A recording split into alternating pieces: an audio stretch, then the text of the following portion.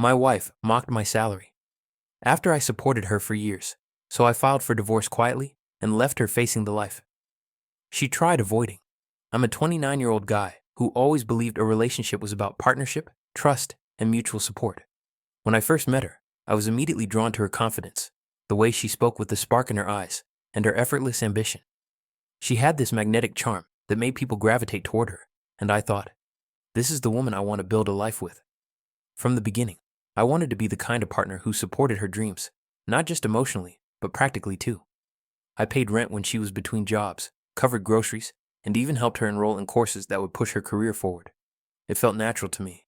I loved seeing her succeed, and every little victory of hers felt like a shared one. "I don't know how you do it," she said one evening as we sat on the couch, her laptop open with job applications queued up. "I don't even have to worry about money with you around." I smiled, because I genuinely believed that love meant sacrifice, and that doing things for her didn't make me smaller. It made us stronger. Friends and family occasionally made comments, half joking, half serious, like, "Wow, you really do everything for her, huh?" Or, "Careful, don't get walked all over." At the time, I brushed it off.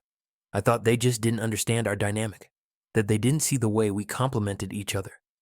Still, a tiny seed of doubt began to grow inside me, subtle and almost imperceptible.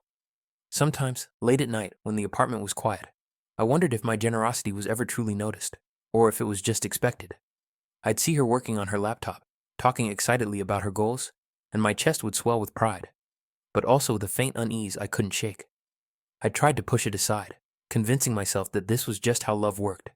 Give without counting, sacrifice without questioning. But even as I felt that warmth in my chest, a nagging thought lingered. Was she truly appreciating what I was doing, or was it just what she expected from me? That question hovered in the background, unspoken, as the foundation of my devotion quietly solidified, without me realizing how dangerously fragile it would soon become. I poured hours into overtime at work, often staying late or taking extra shifts, all to make sure we had stability and a future we could both enjoy. While I was clocking in, she was chasing her ambitions, applying to courses, networking, and attending workshops, and I never minded. I genuinely wanted her to have the space to grow, and the idea that I could help her without complaint made me feel proud. Weekends were spent planning small escapes, short vacations, dinners at the little spot she loved, or buying a gift she'd mentioned months ago. I thought these things mattered, that the effort I put in showed my love in ways words never could. Her happiness felt like validation, like I was doing something right in a world that often felt unforgiving.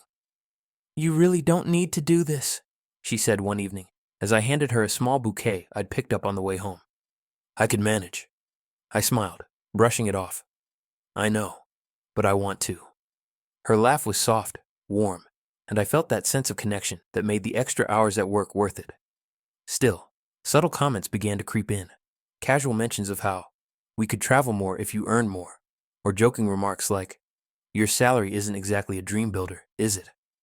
At first, I rationalized it as harmless teasing, assuming she was stressed or joking in the moment. But over time, I started noticing the pattern. It wasn't just about money. It was about expectation, about measuring my worth in ways I hadn't agreed to. And yet, I continued giving, convinced that love required patience, compromise, and silent sacrifice. Even as a quiet knot of frustration began to form in my chest, I held on to the optimism. We were building dreams together, after all. The smiles, the shared plans, the warmth of evenings spent laughing on the couch. All of it made me believe the imbalance was temporary, something that would smooth out as life progressed. But deep down, a faint unease lingered, whispering that giving endlessly might one day cost me more than I realized.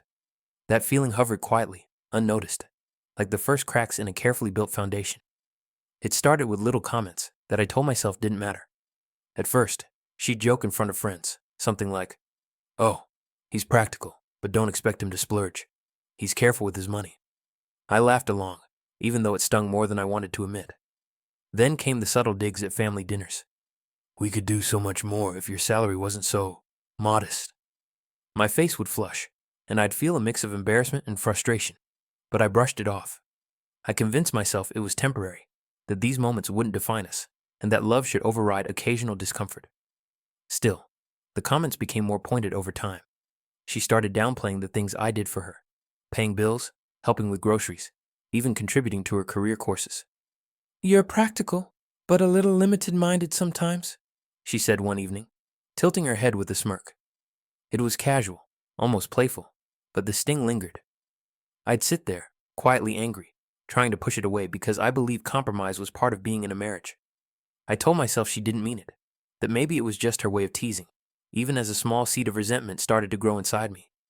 What unsettled me most, though, was how she began manipulating situations socially. At gatherings, she would make little remarks that made me appear less accomplished, more ordinary, while subtly highlighting her own achievements. I felt exposed, like people were judging me without context. And yet, I stayed quiet. I continued supporting her fully, doing everything I believed a good partner should, even while my self-worth quietly eroded. Late at night, alone in our apartment, I'd replay conversations in my head, questioning whether my efforts were ever truly recognized. The warmth of our early days now mingled with unease, and a quiet tension settled over us. I loved her, but I was beginning to feel like my dedication might not be enough, and that realization scared me more than I wanted to admit. I spent years building a life I thought we both deserved. A cozy apartment in a quiet part of the city, a sense of financial stability, and the freedom for her to chase her ambitions without worrying about money. Every late night at work, every skipped social event, every penny saved felt like an investment in us, in our future together. I wanted her to feel unburdened, to soar, and for a while, it seemed like she did. But slowly, I started noticing how rarely she acknowledged the sacrifices behind it all. It wasn't just gratitude I craved, it was recognition. A simple nod that I was working as hard for her happiness as she was for her own. Friends started commenting, gently at first. Doesn't she seem a little ungrateful sometimes? Or, I don't know, she seems to take your generosity for granted. I'd laugh it off, insisting to myself that people didn't understand our dynamic, that they were misreading playful banter as entitlement. Yet each remark left a tiny echo in my chest, a whisper that maybe I wasn't being seen the way I thought. I began keeping quiet about my frustration, fearing that bringing it up would lead to arguments or tension that could ruin the relationship. Even as I kept my peace, subtle resentment started to grow. I noticed how she would plan trips or buy things she wanted without consulting me, as if the money and effort behind them were invisible. I realized that my happiness, my pride in what I was building, was increasingly one-sided. She thrived, unencumbered, while I quietly carried the weight of both our lives. The emotional imbalance was becoming undeniable, but I still held on to hope that it was temporary, that someday we'd meet in the middle. And yet, in the back of my mind, a quiet unease began to take root, a sense that the very life I'd worked so hard to provide might eventually be used against me, or worse, taken for granted entirely. That lingering fear hung over every decision, every sacrifice, quietly shaping the tension that was steadily building between us. It all came to a head one Friday night at dinner with a few close friends. The conversation was light at first, food, work, weekend plans, but then she said it, loud enough for everyone to hear. Honestly, your salary is cute, but have you thought about why your colleagues make more than you? I mean, we could do so much more if we had proper money. The words hit me like a punch I didn't see coming. My cheeks flushed, and I froze, trying to mask the shock with a tight smile. I wanted to respond calmly, to explain that my contributions went far beyond numbers, but the humiliation swallowed my words. The table fell silent for a moment, and I could feel the judgmental glances, the unspoken questions from friends who had no idea how much I'd sacrificed for this life we were supposedly building together. Inside, a mix of anger, disbelief, and heartbreak churned. This was the first time her disrespect had been so blatant, so public. I realized, with a sinking weight in my chest, that she didn't value my efforts. Not my work ethic, not my dedication, not the life I'd built for both of us. Later that night, alone in our apartment, I replayed the dinner in my mind, each word cutting deeper. I began questioning the foundation of our marriage, wondering how long I had been blind to her subtle dismissals and manipulations. It wasn't just embarrassment anymore, it was betrayal. I started quietly documenting finances, making notes of bills, transactions, and any decision she had made without consulting me. I even researched legal options, though I told no one, not even her. A cold clarity began to settle over me. I loved her once, deeply, and I had given everything to build a future together. But maybe that future had never been meant for both of us equally. The betrayal was raw, personal, and unmistakable, and I couldn't unhear it. That night, I went to bed feeling smaller, powerless, and entirely alone. even though she was lying next to me. After that night, I started retreating emotionally, almost without realizing it. I watched her more closely, paying attention to patterns I had previously ignored. The casual dismissals, the selective gratitude, the way she minimized my efforts while flaunting her own achievements. It was exhausting to observe, but necessary. I began to see the bigger picture. She had thrived on my support for years, living comfortably while I quietly carried the weight of both our lives. Every kind word she gave now felt calculated, every smile, sometimes hollow. I started analyzing my feelings, my actions, and the life we had built together. It hit me slowly, painfully. I could no longer justify staying in a relationship that left me drained, humiliated, and unappreciated. The warmth and optimism I once felt were gone, replaced with quiet resentment and a need for clarity. I knew confrontation in the heat of anger wouldn't help. I needed a plan, a way to reclaim control without losing my dignity. I began hinting at possibilities in my own mind. A divorce, quiet and strategic, without spectacle or unnecessary drama. I didn't want an argument, a public fight, or months of emotional blackmail. I wanted clarity, fairness, and a path forward that protected what I had worked so hard for. At night, I started consulting, a lawyer discreetly, researching my options, and organizing finances to ensure I wasn't left exposed. Every spreadsheet, every note, every phone call was a silent act of preparation, a way to regain the control I had unknowingly given away. Even as I planned, I felt a strange sense of empowerment. For the first time in months, I wasn't reacting. I was thinking, plotting, and reclaiming my life quietly. It was still terrifying, the thought of ending a marriage I had once cherished, but I knew this was necessary.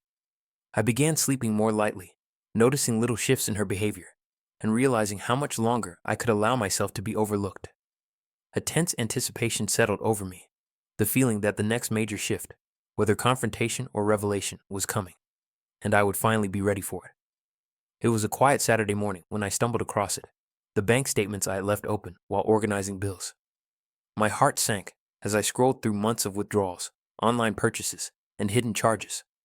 Money we had carefully saved for vacations, for emergencies, for our shared goals, gone.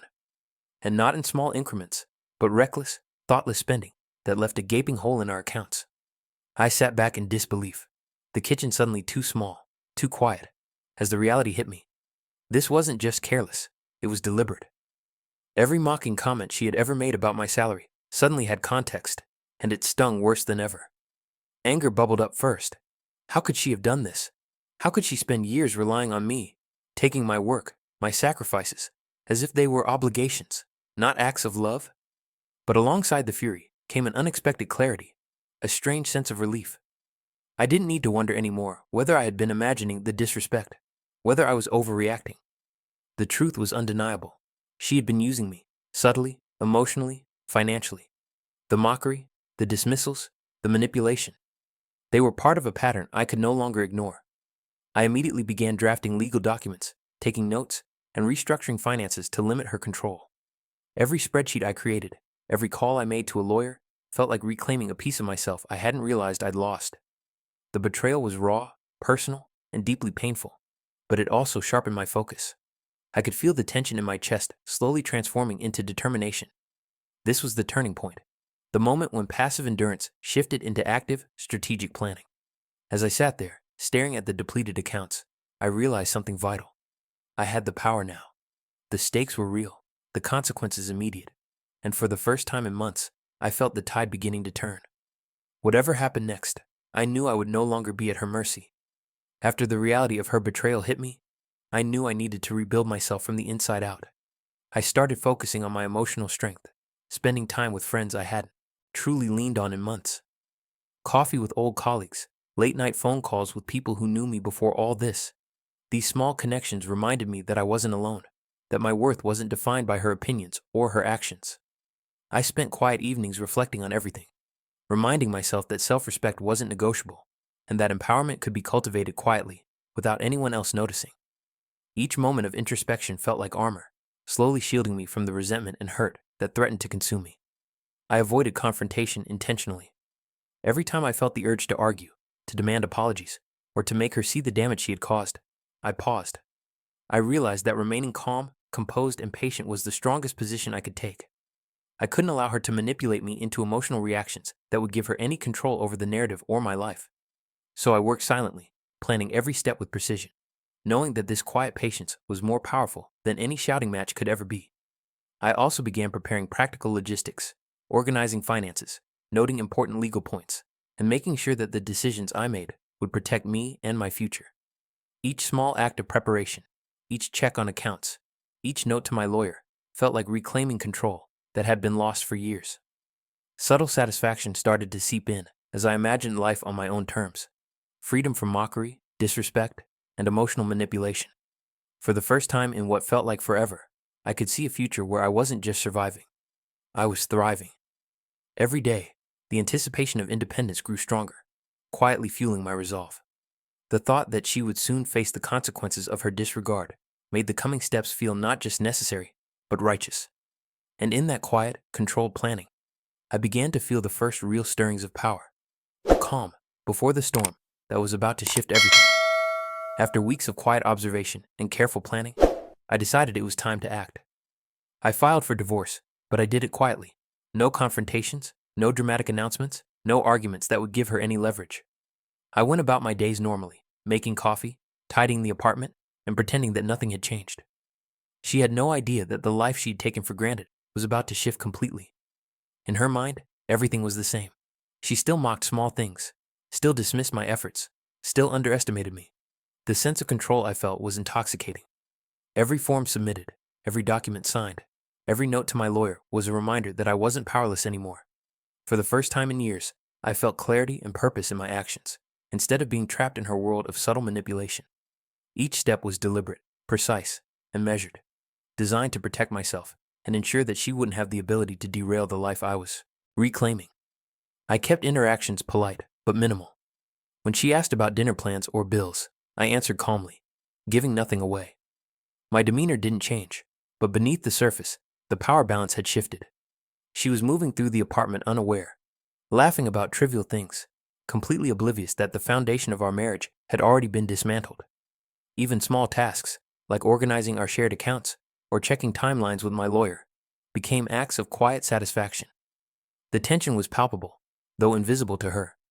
She remained blissfully unaware of the consequences she had set in motion, while I felt a strange mix of relief, anticipation, and anticipation-fueled calm. The stage was set for the inevitable fallout, and for the first time in years, I felt ready to face it on my terms. The knowledge that she would soon realize the life she had taken for granted filled me with a quiet, simmering satisfaction. And yet, I waited, patient, controlled, and resolute, knowing the moment when everything would shift was coming, and that moment would belong entirely to me. It happened on a Thursday afternoon. She logged into our joint account to pay a few bills and froze. Then the emails arrived, notifications from the courthouse, statements confirming that the divorce had been filed and that finances were now being separated. Her face went pale, and for the first time in years, I saw genuine shock. Panic flickered in her eyes, followed by anger and disbelief. "What? How could you do this without telling me?" she demanded, voice trembling with fury and desperation. I remained calm. I didn't argue. I didn't yell. I didn't justify. I simply let the reality speak for itself. The life she had relied on for comfort was no longer under her control. Her scramble was visible, almost theatrical, as she tried to negotiate, guilt me, and manipulate the situation to her advantage. But the foundation had shifted, and her usual tactics no longer worked. Every attempt she made only highlighted the stark contrast between her entitlement and my preparation. Friends and family, who had often watched her dismiss my efforts or mock my contributions, noticed too. Some exchanged quiet, knowing glances. Others whispered their astonishment at the sudden turn of events.